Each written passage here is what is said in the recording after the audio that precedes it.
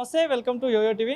ఈరోజు గాంధీ భవన్లో తెలంగాణ ఇన్ఛార్జ్ మీనాక్షి నటరాజన్ గారు, అదేవిధంగా మహేష్ కుమార్ గౌడ్ గారి ఆధ్వర్యంలో కూడా మహబూబ్ నగర్ సంబంధించిన పార్టీకి సంబంధించి అక్కడ స్థానికంగా అయితే సమీక్ష అయితే జరిగింది. ఈరోజు మహబూబ్ నగర్ సంబంధించిన ఎమ్మెల్యేలు కానీ ఎమ్మెల్సీల ఆధ్వర్యంలో. సో మాట్లాడితే ఇదే అంశం మీద మనతో పాటు మాట్లాడడానికి రామగుండ ఎమ్మెల్యే మకాల్ సింగ్ ఠాకూర్ గారు ఉన్నారు. అన్న నమస్తే.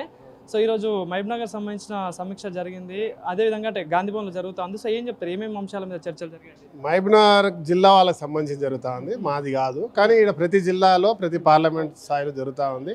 ఇది ఒక మంచి పరిణామం. రాష్ట్ర ప్రధాన కార్యదర్శిగా ఇక్కడ ఇన్ఛార్జ్గా వారు ఇక్కడ ఒక్కొక్క ఎమ్మెల్యే తోటి ఒక్కొక్క నాయకుడితోటి మాట్లాడి గ్రౌండ్ లెవెల్లో ఏ రకంగా కాంగ్రెస్ పార్టీ బలంగా ముందుకు తీసుకుపోవాలి, ఎట్లుంది ప్రభుత్వం చేస్తున్న పనులు, ప్రజా సంక్షేమాలు ప్రజలకు అందుతున్నాయా లేవా, అందేటట్టు చేయాలని చెప్పి దశ దిశ వాళ్ళు చూపిస్తూ ఉన్నారు. ఏమైనా ఇబ్బందులు ఉన్నా కూడా చెప్పమని చెప్తా ఉన్నారు. ఇది ఒక బ్రహ్మాండమైన మంచి పరిణామం, ఒక కార్యకర్తనికి నాయకుడికి బలాన్ని ఇచ్చేటువంటి కార్యక్రమం. సో నిన్న ఏదైతే చూసుకుంటే బీఆర్ఎస్ పార్టీ ఎమ్మెల్సీ కవిత నిన్న ధర్నా చౌక్లో ధర్నా పెడుతూ కూడా కాళేశ్వరం కమిషన్ అనేది ఒక బూటకం, అది కేవలం కాంగ్రెస్ కమిషనే, కేసీఆర్పై కావాలని రాజకీయ కక్షతోటే పెడతా ఉన్నారని మాట్లాడుతున్నారు. కాళేశ్వరం కడతారు వాళ్ళు, ప్రభుత్వం వాళ్ళది ఉంటుంది, కాంగ్రెస్ కమిషన్ ఎక్కడి నుంచి వస్తుంది చెప్పడానికి కూడా అర్థం ఉండాలి. తెలంగాణ ప్రజలందరూ గమనిస్తూ ఉన్నారు. కమిషన్ల కొరకే 1,00,000 కోట్ల పైనతో కట్టిరని చెప్పి 3 ఏళ్ళలో ఊలింది. 3 ఏళ్ళలో ఊలిన చరిత్రలో ప్రపంచంలో ఎక్కడైనా డ్యామ్ ఉందా? ఎవడో ఇల్లు కట్టినా 3 ఏళ్ళలో ఊలది, అవునా కదా? 3 ఏళ్ళలో ఊలింది.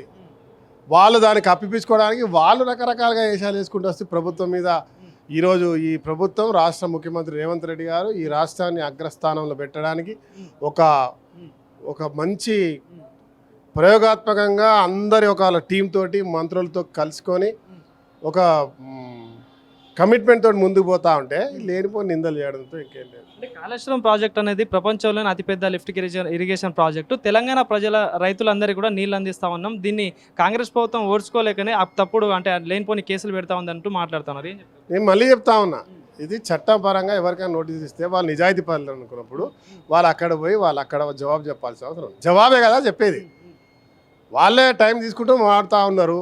మీరు పూర్తిగా నిబద్ధత కలిగిన నిజాయితీ పనులు అంటే పోయి మాట్లాడండి, తప్పే ఉంది దాంట్లో. అది మేము ఇవ్వట్లేదు కదా. మళ్ళీ చెప్తున్నాం, ఈ రాష్ట్ర ప్రభుత్వం అన్ని పరిమితులు కేంద్ర ప్రభుత్వం ఇస్తే ఏ ప్రాజెక్ట్ కూడా ఆపకుండా ఉండడానికి ప్రయత్నం చేస్తూ ముందు పోవడానికి సిద్ధంగా ఉన్నది.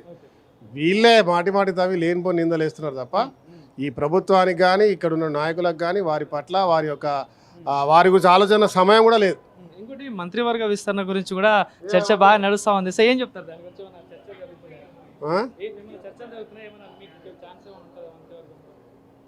అట్లే ఉండదు, అవకాశాలు